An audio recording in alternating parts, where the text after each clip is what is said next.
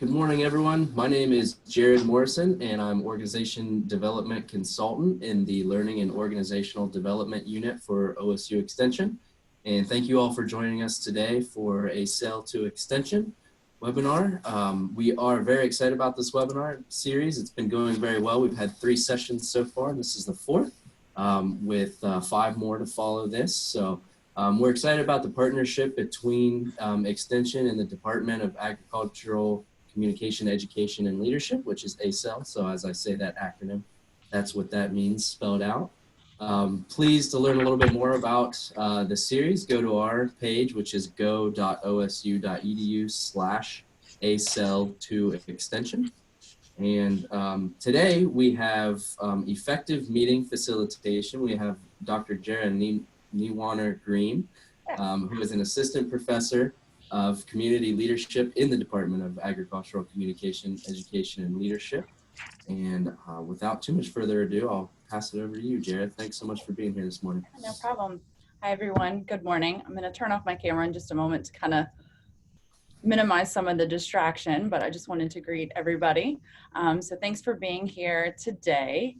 And this is how we're going to roll today. So first, we're just going to, I'm just doing a little welcome now, get to know each other just for a moment. I know we are online, but we can still get some information from one another, go over the objectives, and then there's 2 kind of main chunks for today. Setting the foundation, so thinking about how we set up meetings, and then also working the crowd, so thinking about our strategies and skills as a facilitator, and then hopefully have some time at the end for some Q&A. So first, looking at who I am and a little bit, I want to hear a little bit about who you are. And so I have been here since fall of 2017. I'm assistant professor at ACEL of community leadership. I teach undergraduate and graduate courses and also coordinate some programs. The Leadership Studies minor program is a university-wide program.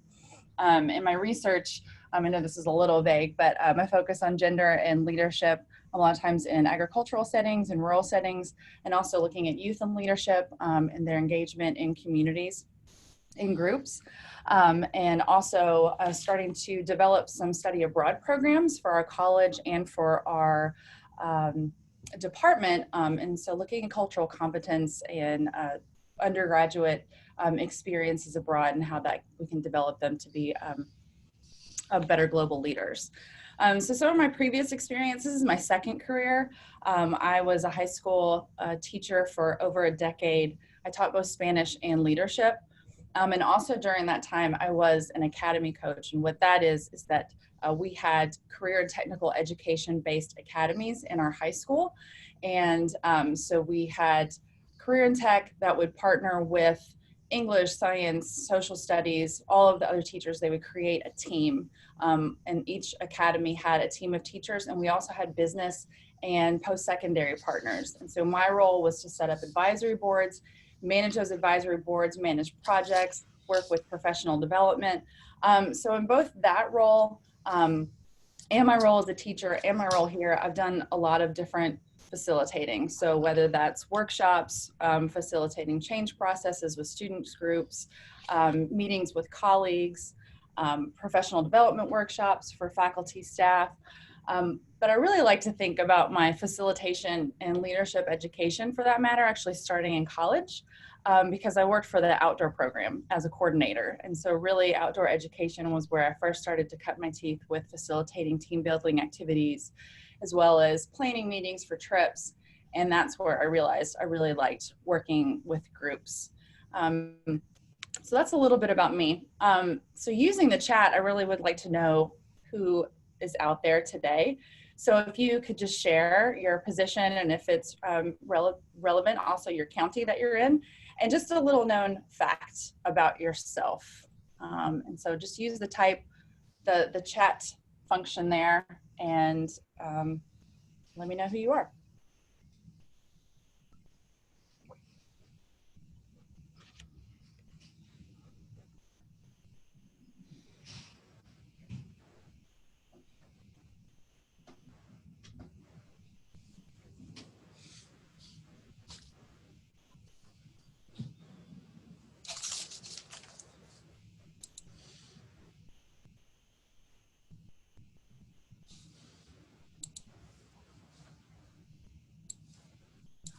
Hi, Jenna. Welcome.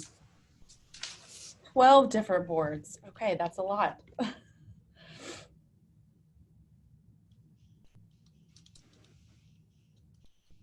Binger of Christmas Hallmark movies. Great, Amanda. A lot of those make me cry. And Jared is a published poet. That's awesome.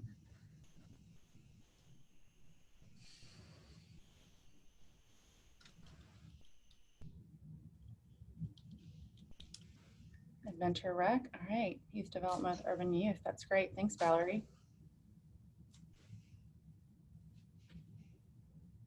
Newspaper. Now they're coming in. All right. Sarah Creamer was first career in archaeology and still like dirt. That's great. Okay. And Amanda is very serious about efficiency.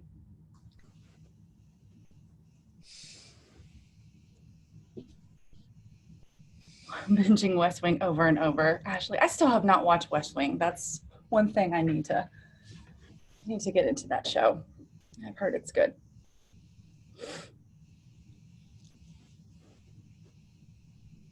Any others out there? Skier and Hunter. Andrew, welcome. Hi, Kayla. Oh, yes. Kayla's the Wisconsin native. So we'll see how are you gonna root for that one? Maybe wear a dual jersey.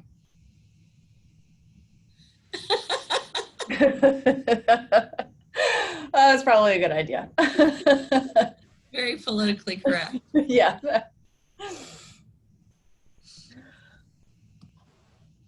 Cardinal red to be specific. Thanks, Kayla.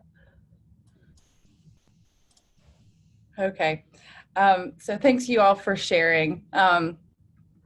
So that it's a little bit difficult when you're online to do different types of icebreakers. But those icebreakers and get to know you games are great for breaking the ice, and especially with folks who don't know each other very well, trying to get people a little bit more comfortable with one another. And so when you're thinking about choosing activity, think about how much time that you have, how well the group knows each other, and try to stay away from things that will embarrass people. And so really, some people are, especially during flu season, may not want to touch each other. So think about, people touching each other, sharing private information, making silly noises. A lot of times as adults, we might not want to make animal noises with each other. So there's a lot of games out there that use those, but sometimes they're not best for a professional setting. Also thinking about the objectives and purpose of the meeting or group. And so think about, what you like in an icebreaker and get to know you games, things that you've experienced, and what you may not like as you try to think about incorporating those some for your own meetings. These are some links that will be in your handout, and I can always send the PowerPoint to you as well. There are a ton out there.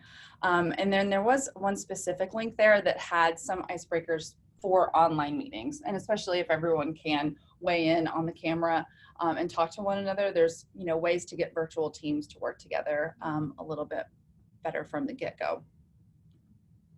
So some objectives for today.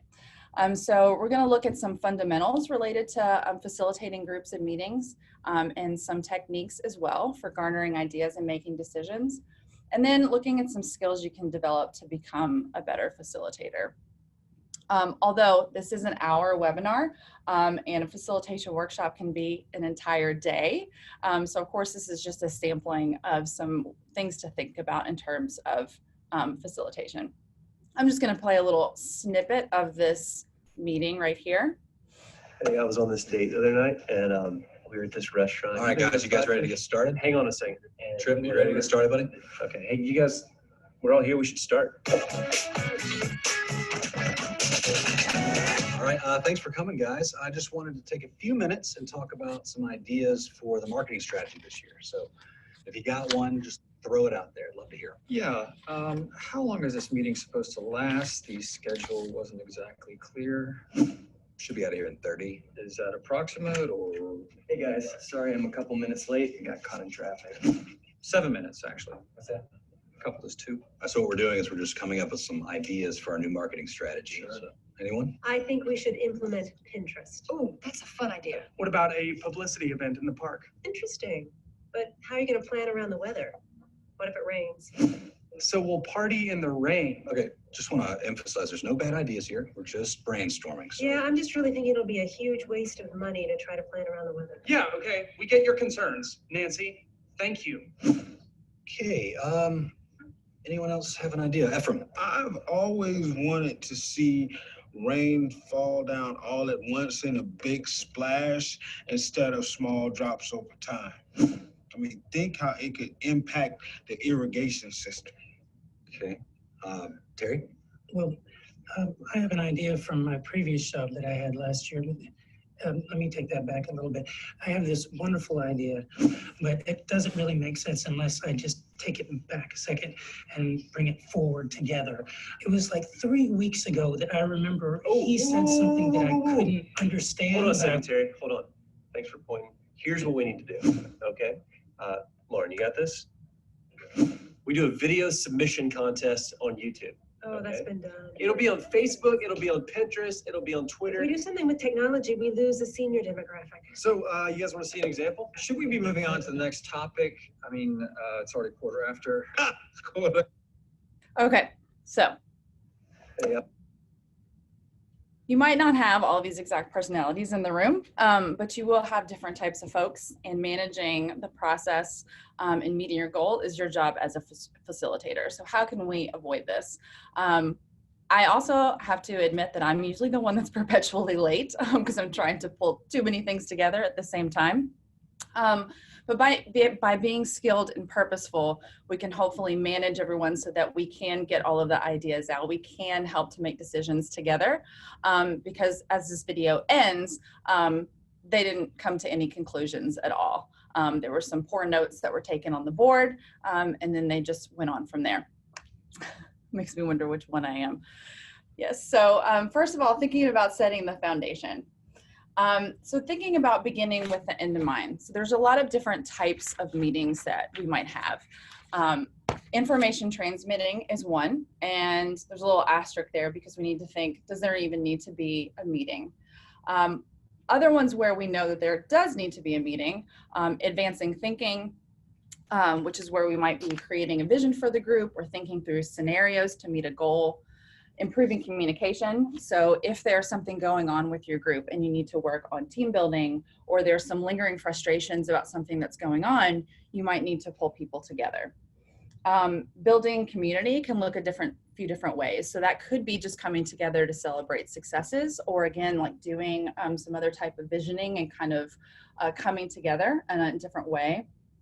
Building capacity is thinking about training the team for a new project. Giving them more skills for what they need to accomplish. Decision making, determining maybe what programs need to change to meet intended goals, or how are you looking at staffing. And providing input is obtaining opinions on a problem that needs to be solved. So thinking about what is your purpose of the meeting, and there may need to be a very deliberate process that's put into place so that you can walk away from that accomplishing your goal. So also think about who needs to be there. So this intersects with the purpose. So for example, if the focus is decision making, the number of attendees that are there is going to make a difference. If you have too big of a group, it might be hard to make some decisions. So think about who needs to be there in terms of your purpose. Also thinking about location and setup. So is it going to be accessible for people who need accommodations? Do you need to think about the seating, printed handouts. Also, how comfortable are people going to be there? Remember, temperature matters in terms of meetings. If everyone's too cold or too warm, or there's not a way to make folks comfortable, their minds are going to be elsewhere. How are people going to be sitting in order to engage? Do you need to have folks sitting in a circle or a semicircle so that folks might not be on their phone in the back and checked out a little bit? And also thinking about the chemistry and the culture of your group. So sometimes if you're pulling people together that you don't know, you're going to have to spend some time in the beginning getting to know each other more. And what if you do know the group a little bit more, What are the things that you know that they enjoy? What are some things that might make them frustrated? But thinking about that as you plan your meeting. So these are some building blocks of an effective agenda, and there is a resource down here at the bottom, Sam Kainer's book, Facilitator's Guide to Participatory Decision Making. This is a great book. I pulled some things from this for today's webinar, but I highly recommend if you're going to be doing a lot of different types of meetings and working with different groups, this is a great, great resource. But they set forth these building blocks of an effective agenda. You've got your topics. So what is it that you want to cover? From those topics, you want specific outcomes. So what are your goals related to these topics? And in order to meet your goals, you have to focus on the processes. So we're going to look at some different strategies today that help us reach those outcomes. But think about those things as you build in as you're building your agenda. So this is just a sample, thinking how to chunk things. You probably do want to include timeframes. As the first person in that group said, he was already like, how long is this meeting going to last? When are we getting out of here? So making sure you have a set time, not running over that time for the meeting. And then also you might want to put your timeframes next to each of your items, but not being too rigid if you think something might take a little bit longer. So giving yourself ample time within there. So starting the meeting some way, icebreaker, checking in with each other if you know each other really well. What are some celebrations? What's going on in people's lives? Then on to some easy items, and then thinking about your substantive sections. So name the topic that you're going to cover, describe the process you're going to go through with the group, proceed with the activities until your goal is met, and then identify action plans. So what is it that you're doing after this? Now, depending on how many things you have to cover, you might do 1 or 2 of these. Of course, you're going to want to break if it's more than 2 hours. And then maybe if this is some type of all-day event, then you're going on to some other sections. And then some way to complete the meeting. So this could be some type of evaluation, so you can get some feedback from folks that were there. You can also do some type of go-around for closure. So if everyone just wants a statement to say how they're feeling at the end of that day, or maybe just give them 7 words to describe what's going on or where they think the process is going next. And everyone can take a turn having a concluding thought, but making sure you kind of bring some closure there. Another important thing about thinking about the foundation are the ground rules and norms. And so these are some examples of things, and you can do this in a couple different ways. You can set the ground rules and norms and already have those for the group if you want that type of control. Some people also like to develop these norms with the entire group so that there's more ownership there. When I've worked with youth, I usually set the norms with them. And then if there's one that's not in there that I think is really important, I try to make sure that that's there as well. So thinking about how you want to deal with technology, asking questions, and we'll get to the parking lot in a moment because sometimes things can be off track. And you want to make sure you're still moving in the right direction. So having a way to kind of table those things, because you want to make sure that you address people's concerns and questions, even if it's not in that moment. Thinking about balancing participation. And then this is also important as well. Can we say everything in the room until we wait until later to raise an issue? So you might need to find some mechanisms in order to do that. Are there any other ground rules or norms that you all have felt were helpful in some meetings or workshops that you have participated in? Throw those up in the chat.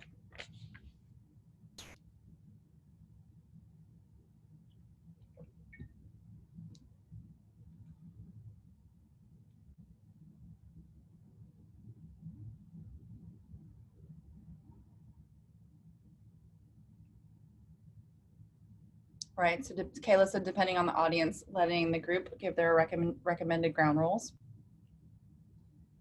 So self-check on why am I talking, reminder, okay. And ground rules around respecting ideas, being yes instead of no, no, no on the back of name tags, I like that. And then having the group decide together how they will deal with phones, computers, etc., while in the meeting. Yeah, and those are great ideas, and especially with technology, and that's a tough one because we want to be connected, and sometimes, you know, people have family members that they need to check in with. They might have children that are at daycare. They need to make sure that no one's calling. So maybe having the group kind of talk about what some of their needs are for that, I think is really great. And then Francis said, keeping it broad because, at least with teens, because it can get tricky with too many ground rules. Yeah, especially thinking, you know, are there just like a few short phrases maybe that would be good for, so we can always just quickly go back to them if folks are getting off track. All right, thank you all. Okay, so the parking lot. So this is a space where questions can be stored because some people might not feel comfortable asking certain questions in the presence of others, and we want things to come out in that room and not people to talk about them later. So if there's a way that the facilitator can address them either with a larger group or then one-on-one during a break if need be. And so also participants might ask a challenging question. It could be deferred until later, or there might not be adequate time to address it fully at that time. So this kind of helps to keep the pace and keep things moving, but you have to find a way to follow up with those. They can't just kind of die off in the parking lot. So for today, since I'm asking you some questions kind of throughout the hour on the chat, if you have a question, if you could just jot it on a sticky note, and then we'll have some time in the Q&A and do a parking lot at the end.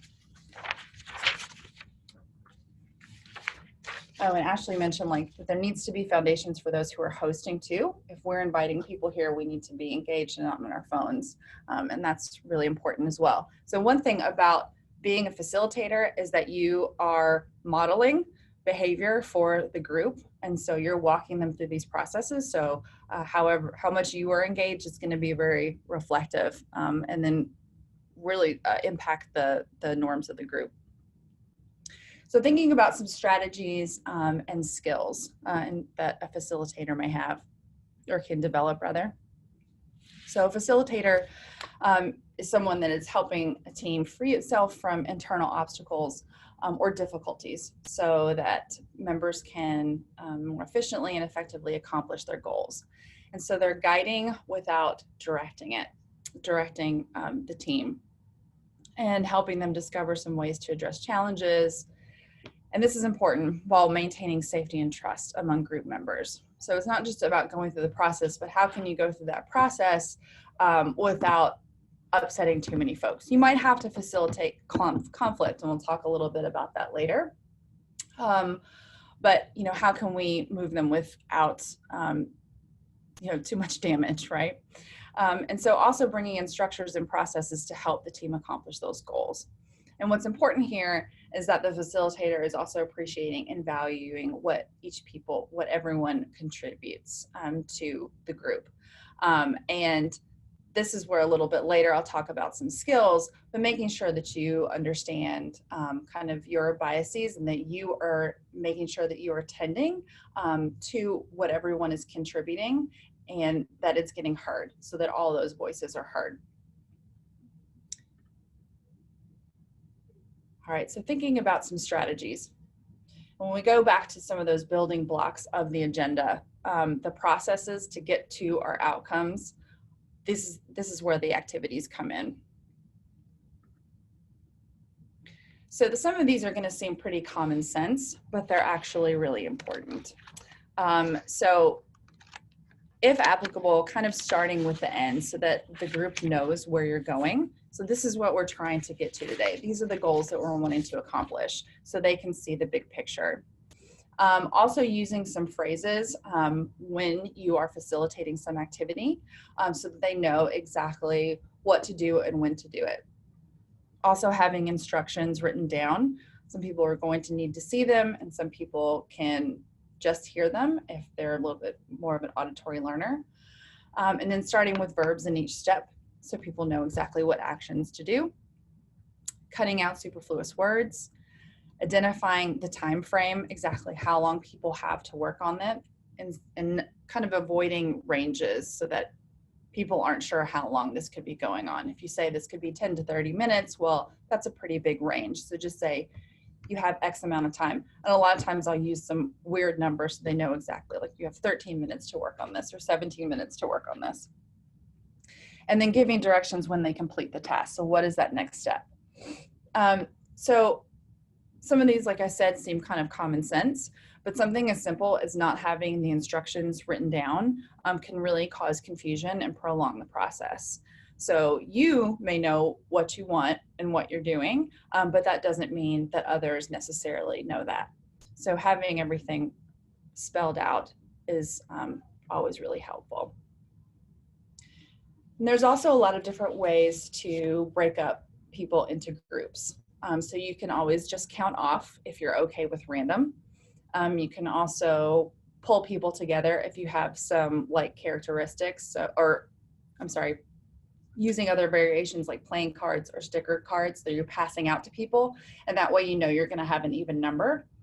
By characteristic, use caution with this because you can have quite an uneven number if you're thinking, okay, let's just everyone with red come together. Well, if you have a group of Buckeyes together, you're probably going to have a lot of people with red, and then the folks with other colored shirts might have an uneven number. So just kind of read the room and see how you might be able to break them up. If these aren't very long activities, it may not matter. You can also think about what you want to accomplish. So by pulling people together by ability or maybe their knowledge on a topic or role could be helpful. You might want all the same folks together if you're really wanting to get a deep understanding of a topic, whatever they're working on. But you might want to also mix people up. So again, this depends on your purpose and what type of information you're trying to get out of the group. You can also do self-selection, but this can default to folks that know each other, still working with people that they know each other really well, or somebody working with folks that if they know really well, they're off task the whole time. I have definitely been guilty of that as well. So it's always better if I work with people that I don't know quite as well, because then I don't want to chit chat about other things. So use caution with self-selection, but it can also work, especially if it's at a point where people might want a little bit more autonomy in terms of what group they're going to be working with. So a few strategies, and again, the Kaner book that I mentioned earlier has a lot of different types of strategies as well.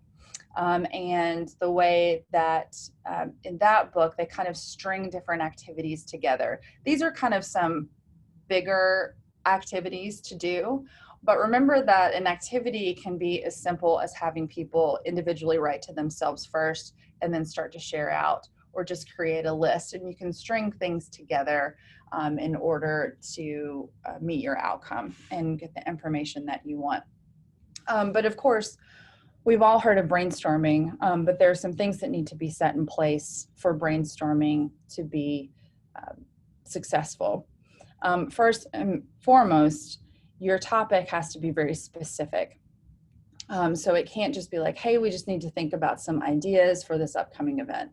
What specifically, what part of that event do you need ideas for? Or what part of a program are you needing ideas for? And brainstorming is also not necessarily a good strategy for all those different types of meetings that I mentioned earlier.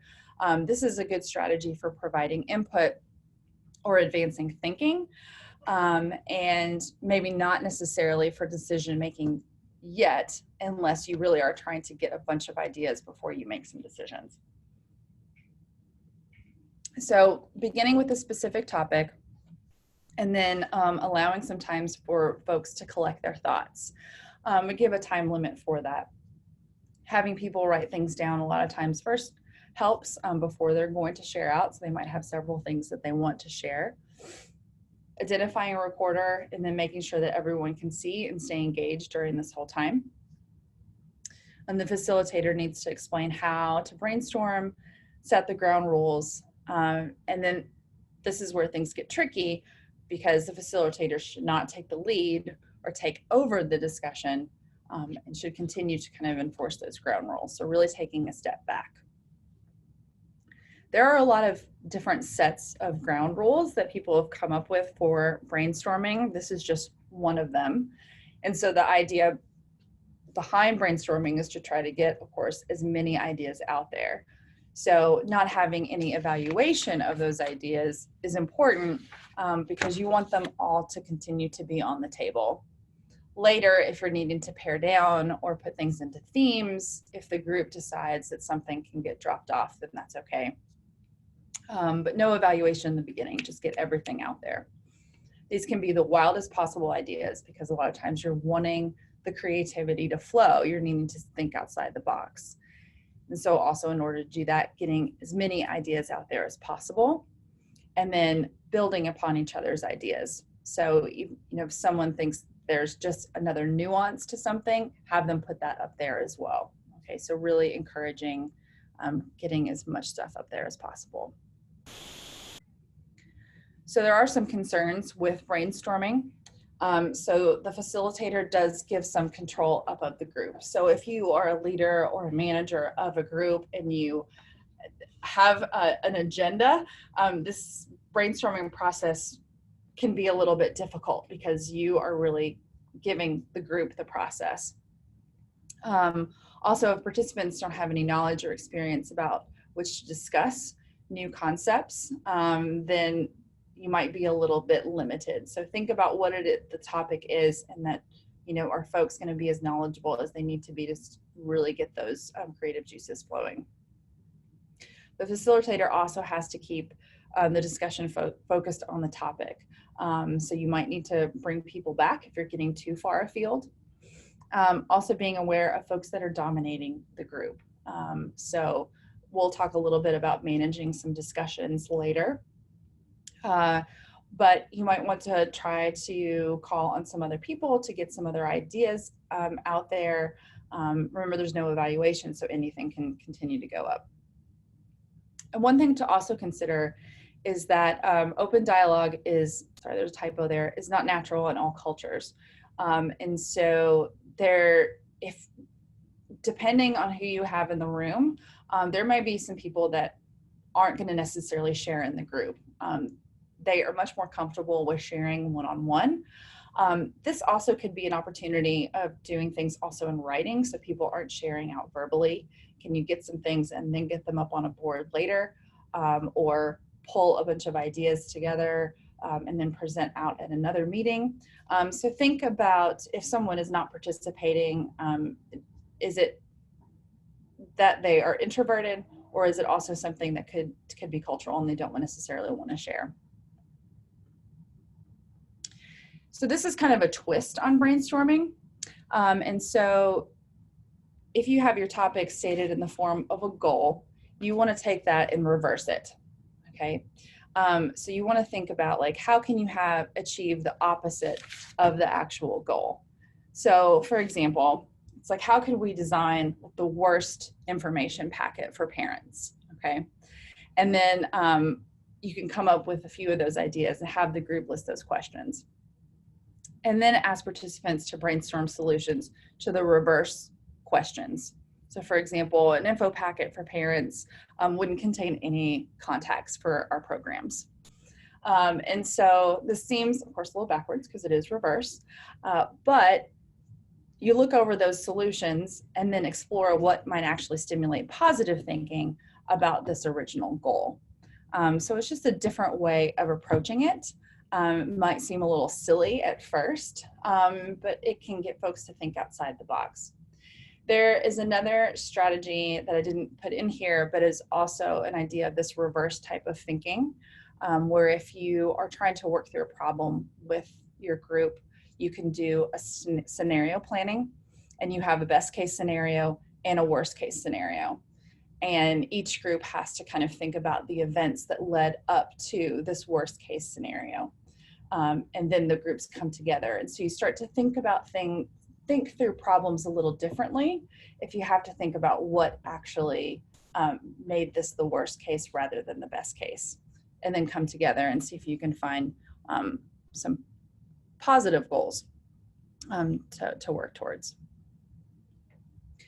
So sticky note data collecting is another strategy that you can use, especially if you are trying to come up with some different groupings or themes, or thinking about different attributes of programs, but you're presenting your topic or your question, and everyone is writing their ideas on separate sticky notes.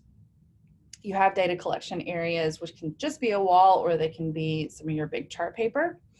And you start to sort your sticky notes by clusters or bar charts. And you can do this yourself. You can also have people co-facilitate or have participants self-sort themselves, and then start looking around at your findings.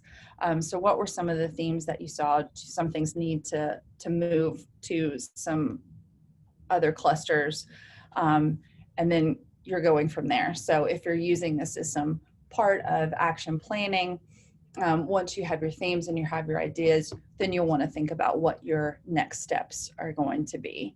But this is another way to get a lot of ideas out there and start to get them organized. Dot voting can be helpful, especially if you're wanting to do some decision making. So posing a question to the group and then garnering possible solutions or answers. And then you're allowing some voting with dots. So you can also think about color codes for certain groups that you might have, so you can kind of track how certain groups are feeling about that topic. You also want to consider how many dots or votes that you have, so whether or not you can vote more than once for one item, and then discussing the results and thinking about, well, why might a lot of people liked this idea and not this other one. So this is a way to get a lot of solutions and answers and then get some type of majority so that you're able to make the decision. Now, with any activity that you're facilitating, at some point you are going to have a discussion. Whether you are debriefing an activity, you are then taking your brainstorm and then doing something with that and working it into an action plan. And this is where things can get tricky. So we often want equal participation from people, but we know that's not necessarily going to be the case.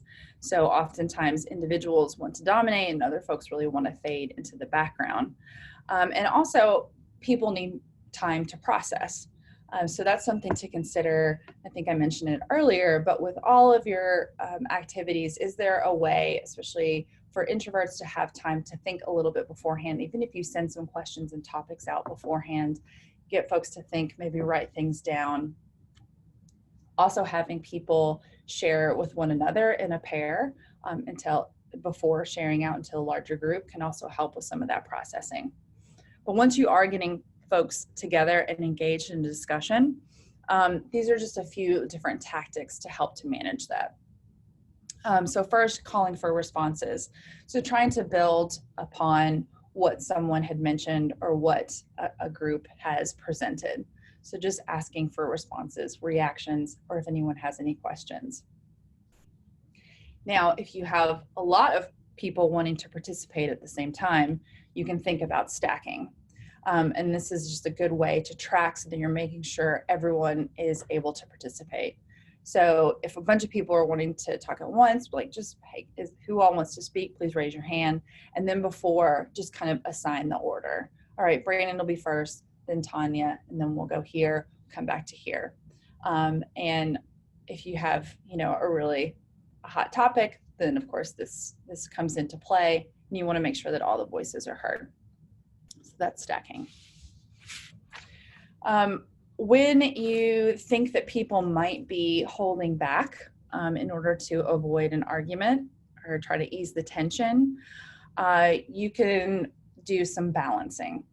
So actually asking for some other perspectives. So are there other ways of looking at this? Would someone like to play devil's advocate for a moment? So opening up that opportunity for people to give a different perspective. And of course, the way that you deliver this is really important as well.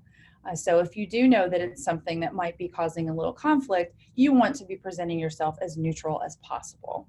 So are there other ways to look at this? Inviting, it's okay that there are other ways to look at this.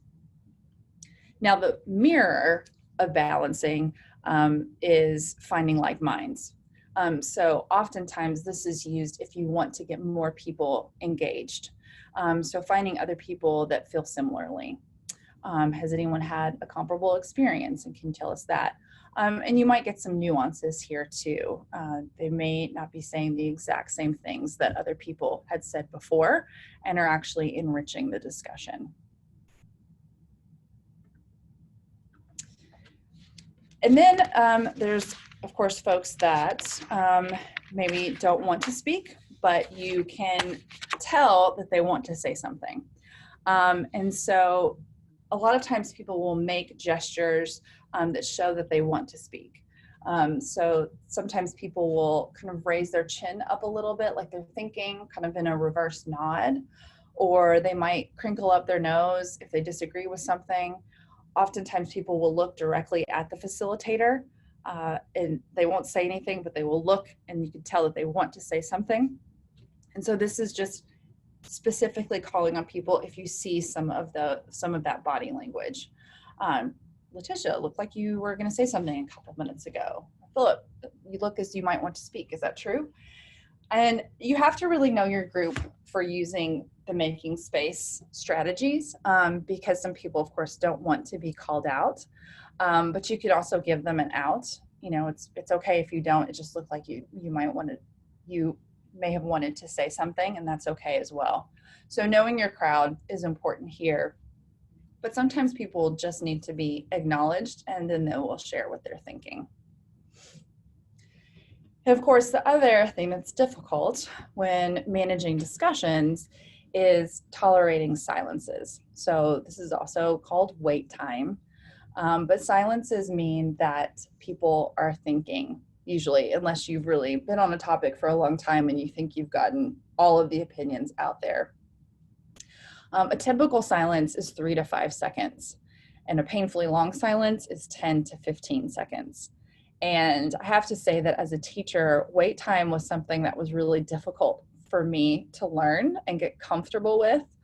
And so this is something that you can practice with a friend. Say, okay, we're going to sit in silence for 5 seconds and see what that feels like. And then sit in silence for 15 seconds and you'll see how awkward that feels. But this kind of gives you a feel for how long you want to wait. Then if no one is going to respond, go ahead and move on. But sometimes people will come in kind of at that last moment because they had enough time to process and then they want to share out. Now for my students in class, when I want an answer, I will wait for a painfully long time, and almost always someone comes and saves the day. But when you're facilitating a group, that might be a little bit different, so you don't want to torture them for too long. So there are a lot of different skills that a facilitator can develop, and the ones that I'm focusing on are just a few, but the first one is really important. So thinking about empathy. Empathy is coming up more and more in terms of leadership, training and development. And some people think that either you are able to be empathetic and it's something that's natural, or you just don't have it. And that's not the case. You can develop more empathy. But empathy, thought of as the ability to experience and relate to the thoughts, emotions, or experience of others. So some things to keep in mind. When we understand others, we're able to develop closer relationships with them. And empathy includes both listening, openness, and understanding. So when we understand the folks that we're working with in a team or a group, then we have a better idea of the challenges ahead of us. And we can kind of help foresee some barriers that might come up because we know what people are experiencing. But empathy does take work. So there are some things that you can do to help develop it. Also, when we think about out-group members, oftentimes those are the people that we need to understand even more, and we don't want to dismiss them. And out-groups are those that don't identify with the larger group or organization, but that doesn't mean that people in an out-group are always in the out-group. An out-group could be around a particular issue, and they may or it might be with the group as a whole, but it can change depending on what it is that you're working on. But outgroup members are important to consider because if they are not happy with what the work of the group and how the work of the group is growing, rather, they cannot thwart the progress. I need some more coffee. And they can also impact the culture of that group or organization. So I just wanted to hear from you all for a moment. What are some examples of the ways someone can be in an outgroup? What is a group you've worked with and who has maybe ended up being a part of that outgroup?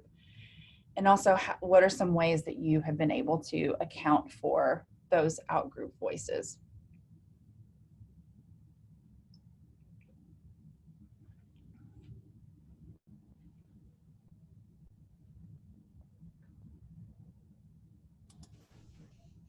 Hello, test. Hi, Jera. It's Hi. Justin. Hi. Hi. So yeah, this is funny because I was just talking, this just happened to me last week. I was talking with my wife about it. I have a cartoons program put on once a month. And I do it in a way that's pretty interactive discussion based because we have both parents and kids. This is for youth who have had some sort of traffic violation. And this last week, I had a family that was Indian, and it was just very, very difficult to get them engaged, respectfully so, because of I'm assuming their culture or whatever, but it was just a lot more difficult for them to feel comfortable. And so I often would say something of, like, we're going to do this activity, and then step aside and have a conversation with them as well of that if they wanted to not be a part of it or step out or whatever, they have that option. Just let me know so I can accommodate for them. And so I think that's just, it was difficult for me at first just because I'm used to that program just moving so fast. And so it took me a second to step back and kind of change the way I was engaging with the whole group. Yeah, and we, may not be able to assume that it is based on culture, but there are a lot of different cultural differences in terms of how people engage with groups and how comfortable they feel about speaking up and participating. But yes, giving people the options to maybe step aside, not participating is one way to address that for sure. Thank you. I have another possible example. Yes.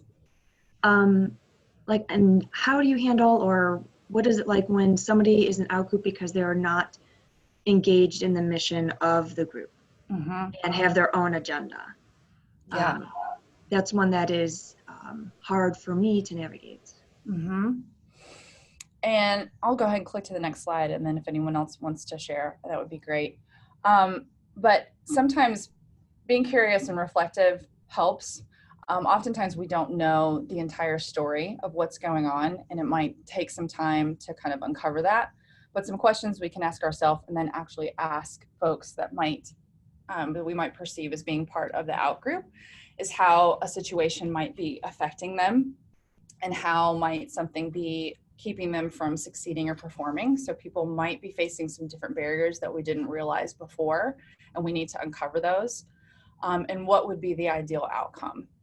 So these are actually questions that we can ask people or kind of think through what are some other possible things that could be going on. And I don't know if that helps a little bit, but sometimes, we have some blinders on because of our own experiences.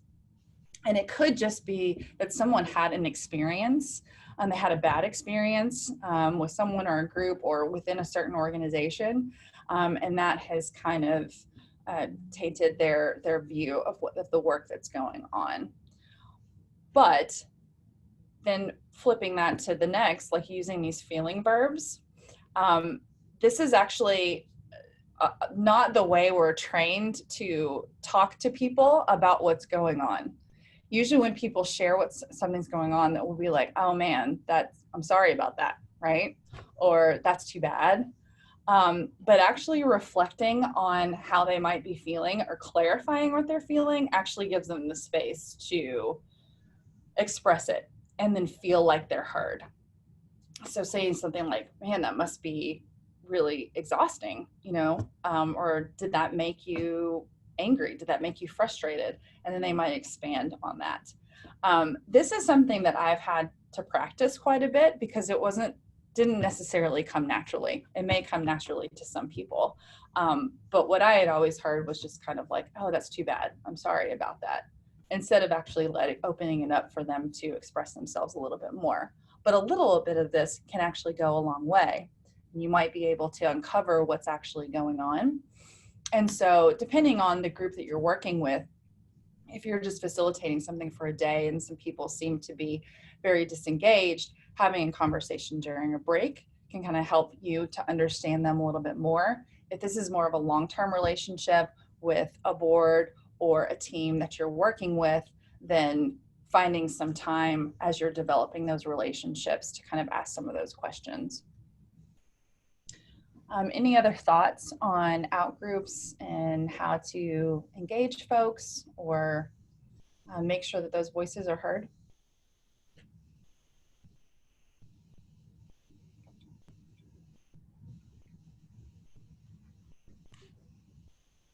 Okay, well, thank you all for sharing. So active listening, I won't stay here very long. There are some different ways to approach active listening. This is a list that I think is pretty helpful in terms of how you can make sure that the person who is speaking knows that you're engaged. It also includes some empathy if you look at step 8, so trying to feel what the speaker is feeling. So I'll skip over that so we have some time for questions at the end. But this one is important as well.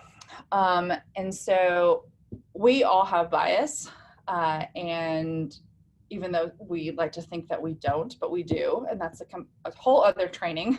There is an unconscious bias training, and it actually gets into some of those cultural values. So I talked about participation, speaking out in front of the group, and maybe how we even attack tasks, how we see time. A lot of those things are cultural and how we've been raised and the cues that we've learned from our family, our friends, our institutions, etc. And so we all have certain ways that we prefer to do things, what we feel comfortable with. And so we have to reflect on that, and that takes some work. So a couple things to think about. First of all, if you're a leader or a manager, you have to address the power that you have with a group. So when I talked about brainstorming earlier about the facilitator not weighing in, if you have power in a group and you start to weigh in on what it is that you actually prefer and want, then that is going to shape the outcomes of the group. So if you really want the group to lead a process, you have to be the facilitator for a moment and not necessarily the leader or manager. And you have to think about how what you are putting out there is going to impact the group. Also reflecting and acknowledging the biases that you hold. So this can not only be the ways in which we like to work, but we also have certain biases that we might hold related to gender or age or race, ethnicity. All of this gets transmitted through our media and through narratives and how we're grown. So again, it's a whole different training, but this is work, especially when you're facilitating groups, a lot of different types of people to reflect on and continue to work on. Also, we tend to like people that are like ourselves. And so we might pay more attention to people that are like ourselves, and we might value the ideas of people like ourselves that are putting forth. So how can we temper that bias in those spaces when we are facilitating and making sure that everyone's ideas are valued? And then also avoiding giving your opinion or topic or issue during the meeting session. That kind of goes back to that first point. Now, you might decide that you are part of the process, but making sure that that's very clear. So you have to decide, what is that role that you're playing there? Are you only facilitating and being completely unbiased, or are you part of the process? And depending on how serious your topic is, you know, that's going to depend on the role that you want to play there.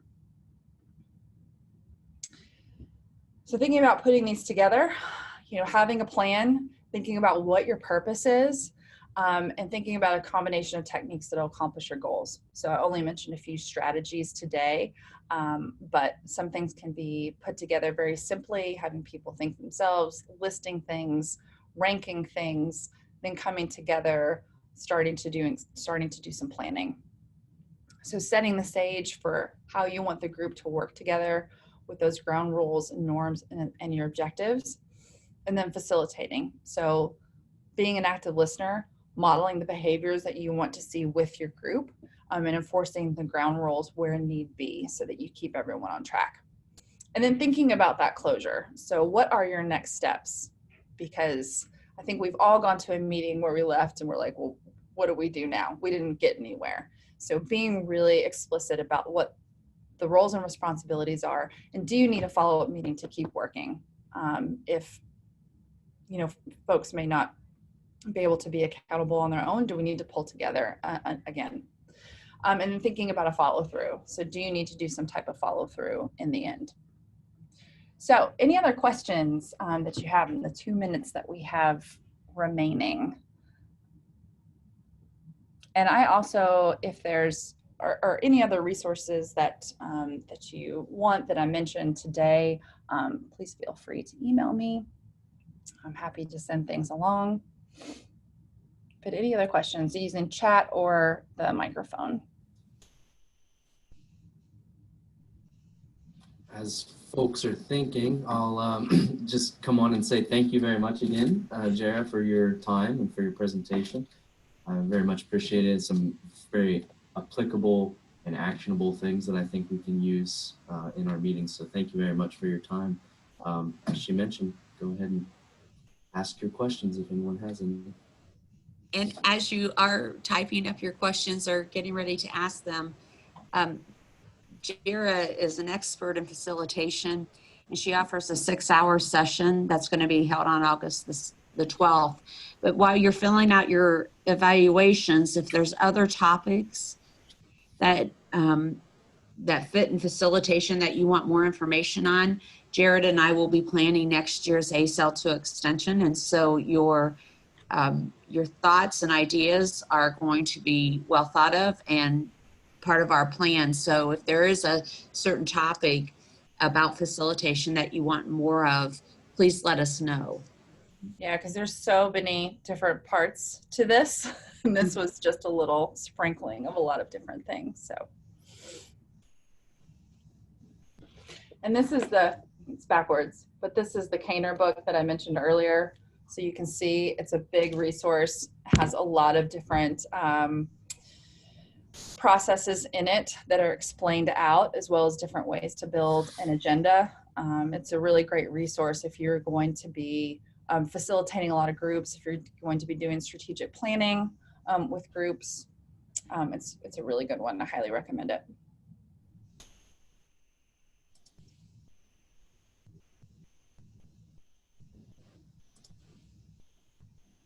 All right, that's long enough wait time. Yeah, that uncomfortable silence. So we do, I do have the survey link in the chat box. You'll also get an email either today or tomorrow with that link as well. I may wait until the recording is ready so we can send it all out in one email. So it may be tomorrow or potentially even Friday, depending on how long that takes. But so this is recorded. It will be posted on the ACEL 2 extension site. So that you can view it in the future. I think you all were emailed the slide deck as well this morning. Thank you, Jared, for providing that. So please make sure to use that survey to provide your feedback, like Beth mentioned. All right. Is this question time or is that? Oh, yeah. I'm not clear on the reverse brainstorming. Can you kind of explain that a little bit more? Yeah, so you actually want to think of a goal. So if you have a particular task you want to get accomplished, whether that's developing a program or developing a certain type of resource or a new strategy, come up with a really specific goal. And then you want to do the opposite of it. So if we want to be like, we want to develop a high quality youth program focused on something specific, you would reverse it and be like, okay, how would we develop the worst youth program focused on this. And I know it sounds kind of silly, but when you start to think about all of the things that would make something really bad, other ideas of what could make it really good can emerge from the group. So it's this idea of just kind of getting people thinking in a little different way. And as I mentioned, I also, if anyone's interested in the scenario planning, so this is actually good for visioning, but you can do the reverse as well. So you say, you know, it's 2025 and we have the best 4-H program in, you know, the state of Ohio. How did we get here? And another group is working on that they are the worst 4-H program in the state of Ohio. How did we get here? They're doing a timeline and building how they got to the best or worst, and then everyone comes together and shares. And so again, it's this different way. Can we think about all of not only the opportunities, but what are some of the pitfalls and barriers, and then come together to really build a good plan. So if anyone wants a sample of that and instructions, just email me. It's called Blue World, Green World, and I use that in my classes. Can you go ahead and send that to us? Sure. I will do it. Yeah, Jera, if you want to send that my way, I can get it out with the follow-up email. I will do it. That sounds like a great activity. All right.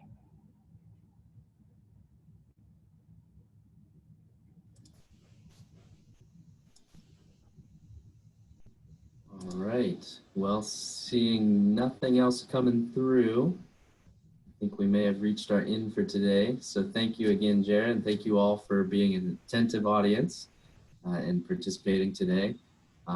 We will have several other emails coming out. Again, we have 5 more of these sessions for ACEL 2 extension, but if you'd like to kind of learn on your own too, it's go.osu.edu/ACEL 2 extension, and you can get all the information, and that's where the previous recordings are also posted if you'd like to see any of those. So thank you all, and have a good rest of the day. Thank you all. Bye-bye. Have a good day, everybody.